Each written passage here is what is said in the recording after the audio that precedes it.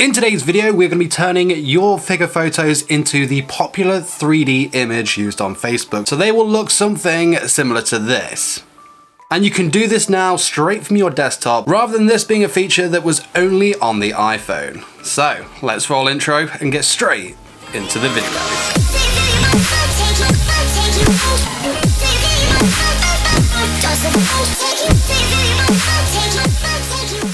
What's up there, welcome to a brand new video on V2. Today we are going to be turning this image here into a 3D image on Facebook using what is known as a depth map. So what is a depth map? It's basically telling you how far or how near an object is within that picture. So the way that it does this is it uses blacks and whites. So the further away the object is, the blacker it will be, whereas the closer the object is to us, the whiter it will be. So as an example, the background behind me, so the shelves with all the figures on them, they're going to be blacker or darker, whereas I'm closer to you, so I'll be lighter. So it's basically just telling us depth via colors. The darker it is, the further it is away. The lighter it is, the closer it is to the frame. So let's jump into Photoshop now and we'll create a depth map of this image. Right, so we are in Photoshop right now. We've got this image I've created of Homura Akemi from Madoka Magica. I've put her on this kind of like darky night city theme with the moon over in the background.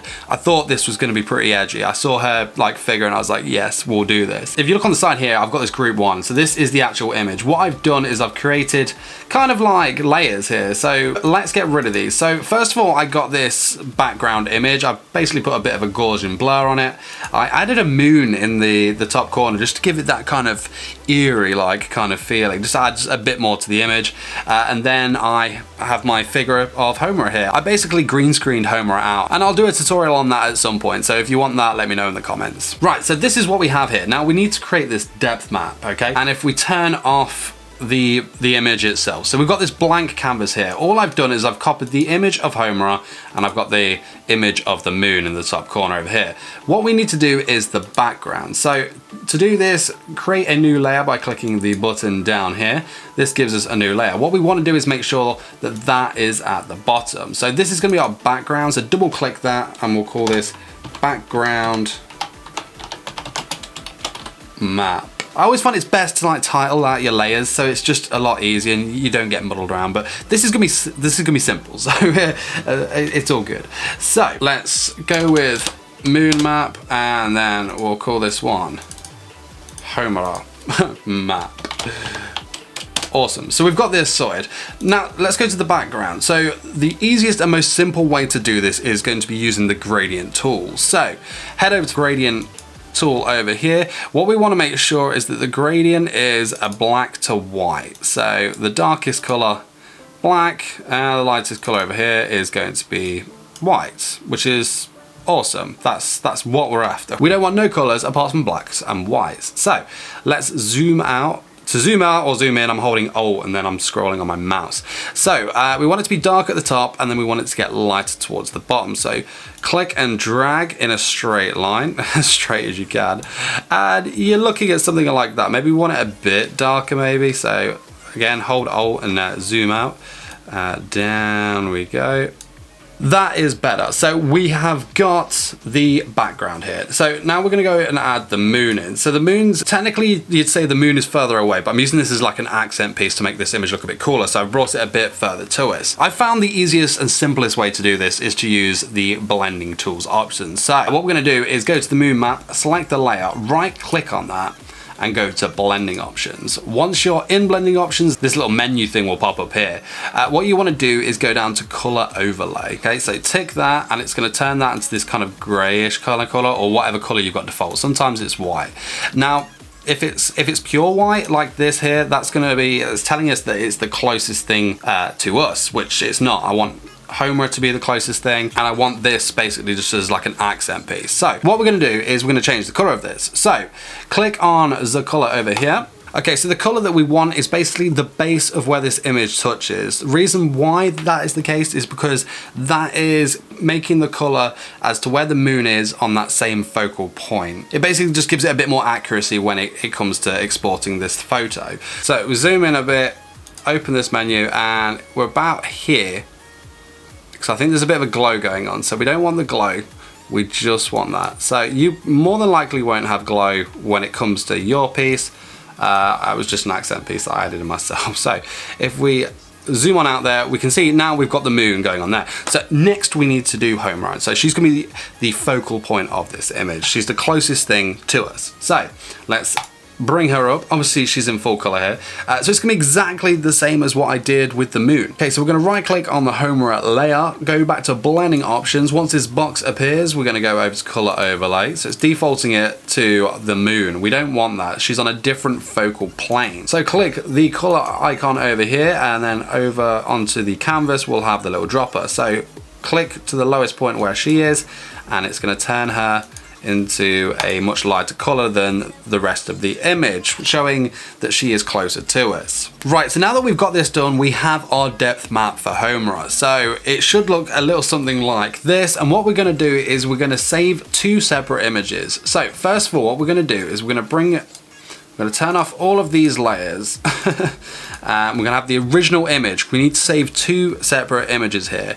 So if we go to File, and then over to export, wait for this little screen to pop up. I'm gonna turn the format into a PNG. I'm sure JPEG will work fine, but I've not tried it with that, and I know this works. So make sure the scale's at 100% like it is here, and we're gonna export this. Where we're gonna export this to, I'm just doing it to the desktop. Let's call this a Kemi. A Kemi. Save. So that's going to export. The next part we're going to export is the depth map. Now, when exporting the depth map, it's very important that we name it right. Because if you don't name this right, when you import this into Facebook, it's not going to recognize it as a 3D image. It's just going to upload your normal image and then the gray image itself. And it's just weird. So when you export this one, exactly the same process. So export as, we're gonna do PNG again. Like I said, JPEG might work, but I'm not 100% sure. Right, so 100% like usual. When we go to export, we need to name it exactly the same. Click Akemi, but you need to put underscore and then depth. So whatever your file is called, make sure that the depth field that you're exporting afterwards, the grayscale image, has got underscore depth next to it. That way Facebook will recognize it as a 3D image and combine the two together to get the result that we're after. So we're gonna do that now. Save, let that do its thing. Once this is done, we're gonna go into Facebook. So go into Facebook now, and what we're gonna do is we're gonna drop both of these into here, like so. And Facebook's just gonna recognize these once it loads, and it's gonna do its magic and turn these into a 3D image. Look at it go. Look at it go. And here we have it. Sometimes with this you might need to do a bit of tweaking, but like for a simple image like this one, it's came out really well. Because you can see behind Homura it is blurry, but you'll get that. That's kind of standard with Facebook. But you can see everything there, how it moves and everything. It just looks super cool. And it's just a really simple and easy trick just to make your anime figure photography look really cool. You can add more to your 3D photos to make them more complex or as simple as you like them. So let's try another one with some text behind our figure. So jumping back into Photoshop, we've got Kurumi's Nendroid here. What I've done is I've put V2 behind it, and I've kind of put this orange bokeh background. With the Kurumi figure, I did exactly the same as what I did with Homura in terms of a green screened it. Like I said, if you want a tutorial on green screening, then let me know and I'll put one up. It'll be quite fun. So let's create these from scratch. So we need a new layer. This is going to be our background layer, background map. Background map. So exactly the same as before. We're going to go over to the gradient tool over here. Make sure it is black and white. So zoom out a little bit, and darker at the top, lighter at the bottom. About the same as before. Probably want it a bit darker at the top. There we go. Let's try that. It's all a bit of trial and error, so just, you know, keep doing it until it's right. You don't have to post your 3D image until you're happy with it. Right, so now we need V2. So if you click over on the V2 layer, you hit Control and C. That's going to copy the layer. Click on background map, and then we're going to hit Control V, and it creates V2 over there. It's not exactly lined up, so let's quickly line that up. I'm just going to bring the group above us over here, drop the opacity down so we can see it. I don't know why it's done this. There we have it. Bring the group back down. We don't want that in the foreground. Okay, so now we have V2 where we want it, exactly the same as before. We're gonna right click the layer, blending options. We're gonna go to color overlay, hit the little color, bring the dropper over to the canvas, and remember we're gonna hit the lowest part of the image, in this case V2, as to where it hits the background. There we go, cool. It's pretty much about the same. Right then, so finally we need Kurumi. So let's do the same again. So we're going to click on Kurumi's layer. We're going to go Control C, close the group up. Click the V2 layer and then Control V. So this pops Kurumi on top. So exactly the same again. Right click Kurumi, blending options. Going to go over to color overlay. Click the color. This is pretty much going to be exactly the same. Click there, okay, and then okay. Right, now we're ready to save it and upload this one to Facebook. So let's get rid of the depth map. We're going to save Kurumi first of all. The colored Kurumi. JPEG might work. Let's try JPEG while we're here. Remember, 100% on scale. We're going to export this as Kurumi. Then we're going to hit save. Once that's exported, we're going to do exactly the same again, this time with the depth map. So turn these layers back on. I'm going to go File, Export, keep it as JPEG, 100%. And remember, this time when we save it, we're saving it as Kurumi underscore depth. So if you don't do the underscore depth, it's not going to recognize it as a 3D image. Like I said, it's just going to post those two out. So we've got Kurumi's imagery. Now, let's post it and see how that works. Let Facebook do its thing. And there we go, that looks pretty awesome. So like, it's kind of recognized Kurumi and V2 as one layer, and I like that, that's pretty cool. So let's post this one. This is where I'm sneaky, I'm gonna post this now, and at the time of posting this, I haven't even released the channel yet. So this is another one of the teasers I've been putting out, so all your teas. So let's put V2. So two of those V2s.